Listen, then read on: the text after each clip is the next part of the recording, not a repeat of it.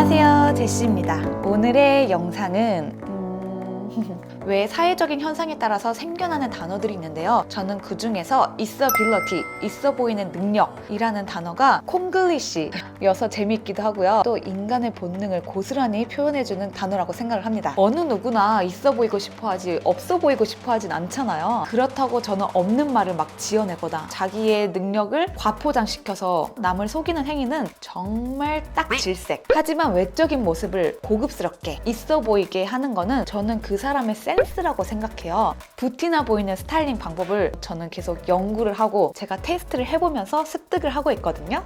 더 나아가서 귀티 있어 보인다 라는 말을 되게 좋아하잖아요. 특히 여성분들. 그런데 이 두 단어의 의미는 조금 다릅니다. 부티는 부자 티가 나 보인다, 부유해 보인다 이런 뜻이고, 귀티는 귀하게 자란 티가 난다. 어떻게 보면 두 개가 상관관계가 있긴 하지만 제가 쭉 겪어봤던 사람들을 이렇게 돌이켜보면은 잘 산다고 해서 귀티가 나는 거는 또 아닙니다. 겉보기에는 부티가 잘잘 흐릅니다. 그런데 말을 해보면은 귀티가 전혀 없어. 깬다 이렇게 말을 표현할 수 있겠죠. 그래서 궁극적으로 우리는 귀티가 있는 사람처럼 되기 위해 연말을 해야 되는 것 같아요.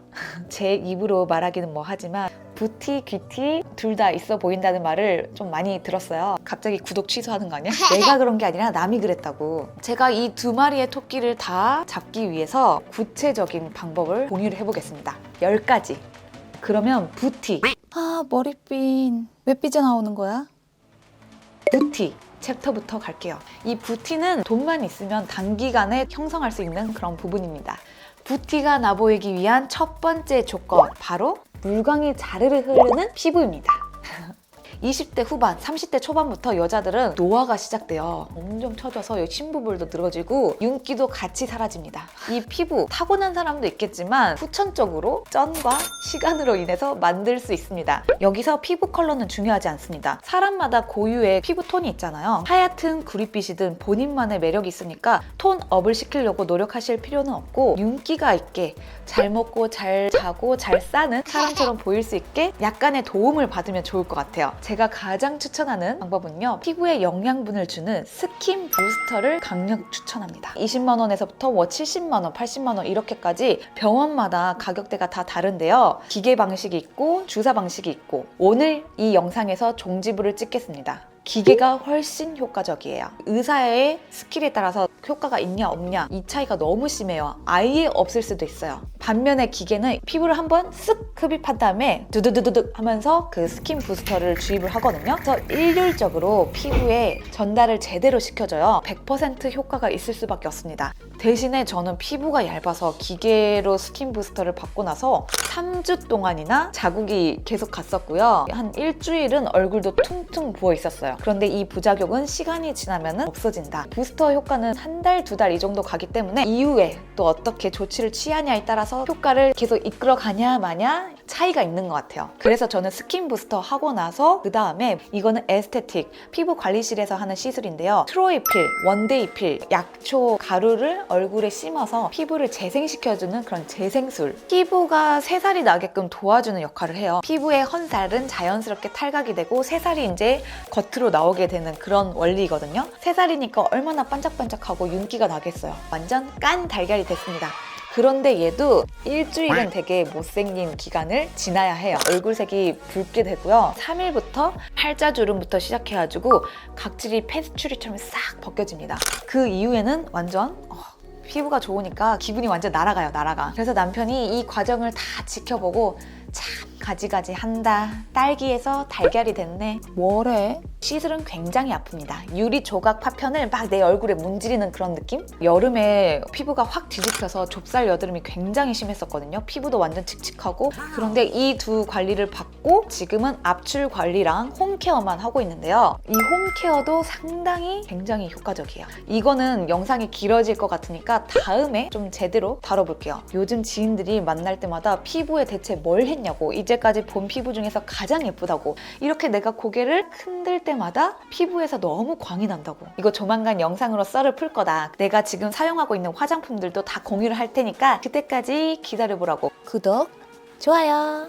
두 번째 요소, 피부 다음에는 바로 머리이죠. 이것 또한 노화가 시작되면서 머리가 얇아져요. 숨이 팍 죽어. 숨 죽은 시금치 같아. 그런데 부티나 보이는 연예인들을 잘 보면은 머리숱이 하나같이 많고 풍성하잖아요. 타고난 머리숱일 수도 있긴 하지만 거의 다 저는 도움을 받았다고 봅니다. 그래서 저도 그녀들처럼 따라해봤죠. 지금 아무것도 안 한 상태예요. 이쪽이 정말 많이 숨이 죽었죠. 완전 생쥐 같아, 생쥐. 응? 최근에 뿌리 볼륨펌을 했는데 제가 제일 싫어하는 스타일로 결과가 나와가지고 얼굴형을 보시면은 저는 광대가 하나도 없어요. 그래서 이 가루폭이 상당히 좁고 긴 달걀형의 얼굴이더라고요. 이렇게 옆쪽 볼륨을 많이 세워줘야 하는데 이쪽 뿌리 볼륨이 하나도 안 나왔어. 그래서 조만간 다시 볼륨 펌을 하러 가야 될 것 같고요. 오늘은 평상시에 제가 하는 프로세스 단계 다 보여드릴게요. 이 파우더 스프레이를 뿌려줍니다. 유분기 이런 걸 잡아줘서 픽싱 효과가 있어요. 그래서 훨씬 더 볼륨감 있게 표현할 수가 있어요. 역방향으로 휙 젖혀준 다음에 이렇게 뿌려줍니다. 아 근데 저 흰머리가 너무 많이 났어요. 이제 나이는 못 속이나 봐요. 하고 이 상태로 조금 있어요. 목 스트레칭도 할 겸.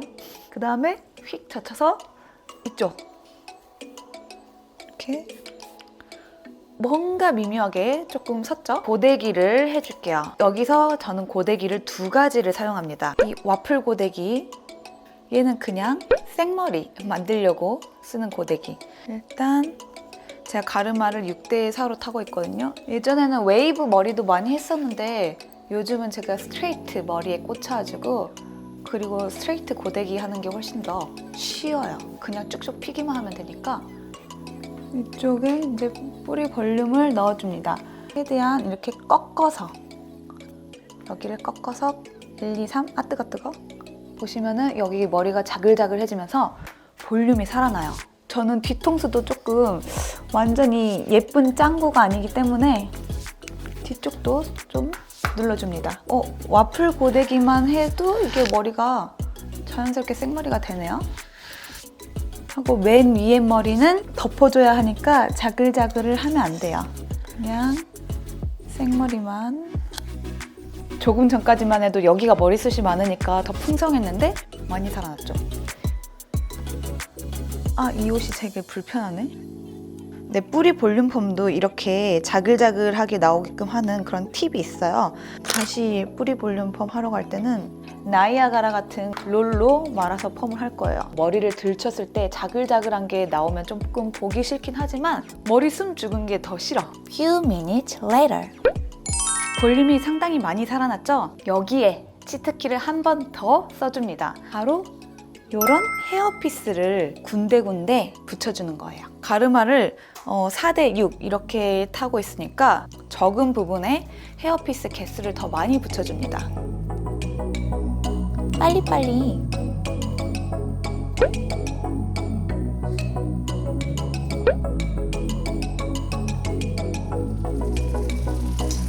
이렇게 하고 덮어줍니다. 그러면 정말 감쪽같이 완전 풍성해졌죠.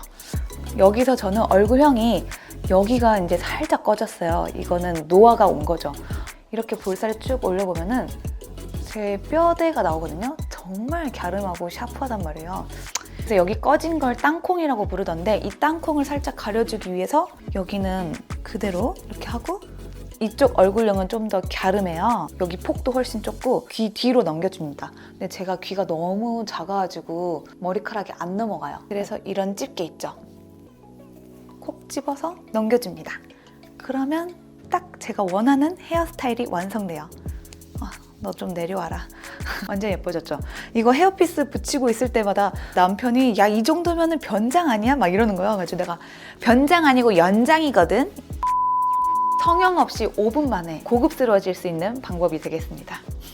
풍성풍성. 어떻게 보면은 이 뷰티는 안티 에이징과도 연관이 있는 것 같아요. 그리고 제리들 이 가르마 폭도 되게 중요합니다. 가르마 폭이 좁아야지 훨씬 더 풍성해 보이고 뷰티나 보이거든요. 사람들의 니즈가 많기 때문에 시중에 뭐 흑채랄지 두피에 바르는 검정색 젤 많이 나와 있는데요. 그런 걸 구매해서 사용했다가 뿌리는 게 너무 귀찮고 흑채 가루 날리는 게 싫고 해서 저는 두피 문신을 했거든요. 근데 너무너무 만족스럽습니다. 제가 두피 문신 한 걸 알기 때문에 부작용 없어요? 라고 물어보시는 분들이 있어요. 이제 색깔 빠짐에 대해서 예민하신 분들이 있는데 반영구 문신하면은 붉게 빠지고 하잖아요. 전혀 그런 거 없고 스님 머리색처럼 햇빛 이렇게 빠지는 것 같아요. 저는 괜찮은 것 같아요. 이쪽으로 두피 문신을 했다가 가르마 바꾸면서 최근에 다시 했거든요. 제가 2년인가 지나고 나서 또다시 할 정도였다면은 만족스럽다는 거, 부작용이 없다라는 걸로 간주하면 되지 않을까요? 머리하기 귀찮을 때는 모자를 씁니다. 세 번째 방법, 바로 손톱, 발톱 관리입니다.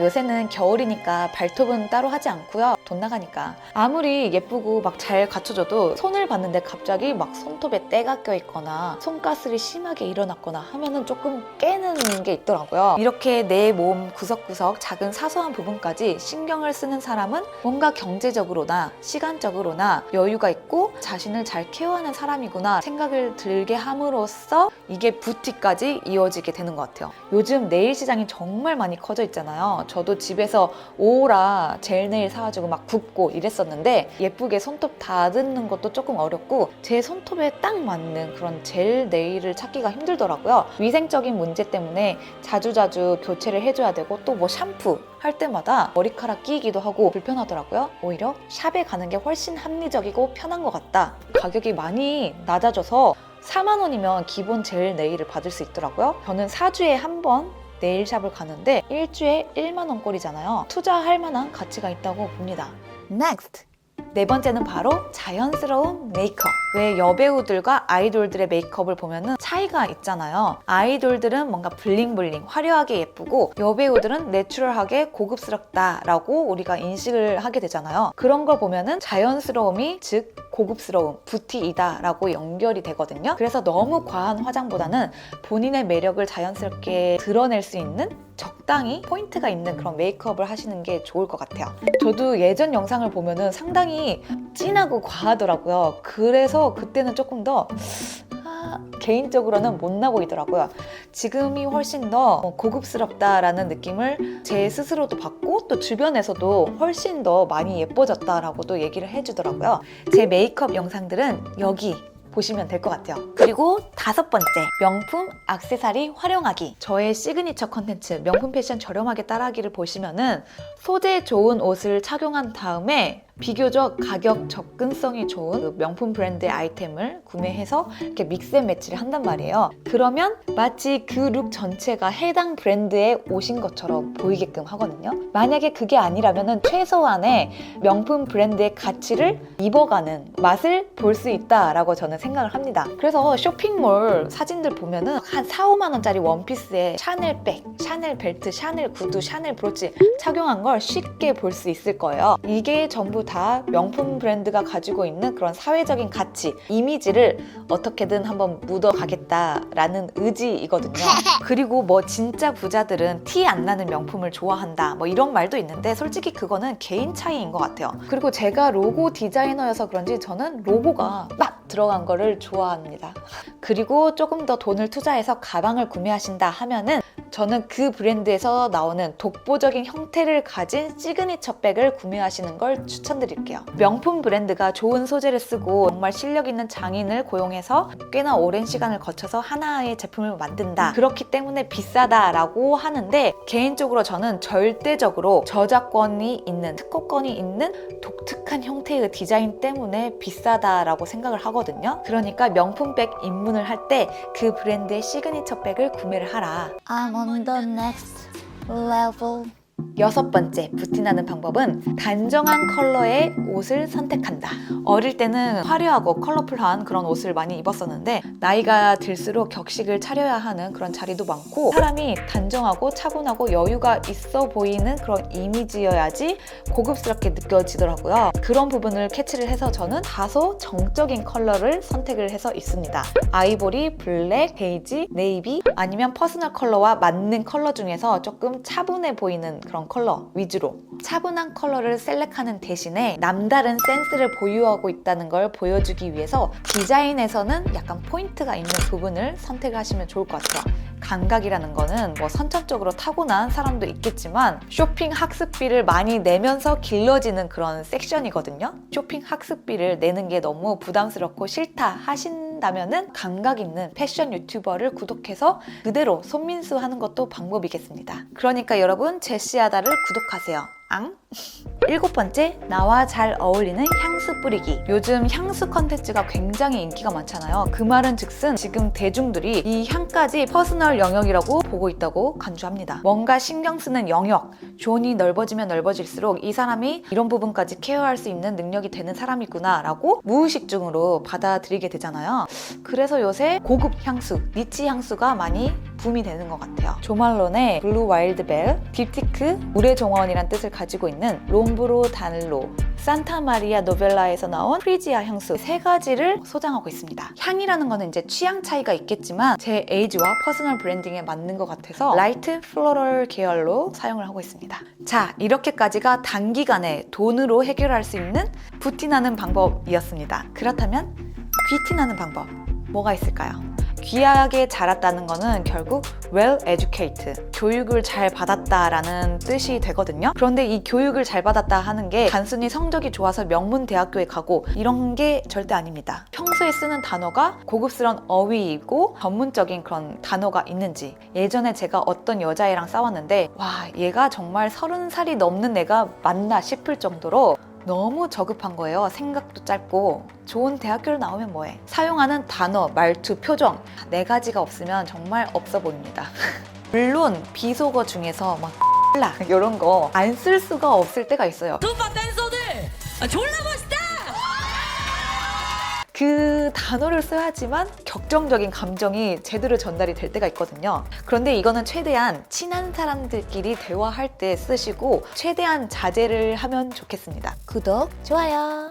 9번째, 자존감 높이기입니다. 요즘 유튜브에서도 자존감 높이는 방법에 대한 주제를 다루는 영상이 꽤나 많더라고요. 많은 사람들이 되게 관심 있어 하는 것 같아요. 가장 손쉬운 방법? 화목한 가정에서 제대로 된 사랑을 받고 자라는 건데 솔직히 이거는 우리가 컨트롤할 수 있는 방법이 아니잖아요. 삼신 할머니 빨이 있어야지 타고나는 거잖아요. 그래서 내가 노력해서 올릴 수 있는 방법은 사람이라는 게 본능적으로 남들과 비교를 하면서 성장을 할 수밖에 없어요. 그래서 남들한테 이런 것들은 뒤쳐져도 이 부분에서만큼은 남들보다 뛰어나다라고 생각되는 부분을 빨리 캐치를 해서 1000만 시간 이상 투자를 해서 나만의 고급 스킬로 연마를 시켜야 합니다. 그러면 저절로 자존감이 높아지게 되어 있어요. 저 같은 경우는 그게 디자인이었고요. 마지막 10번째.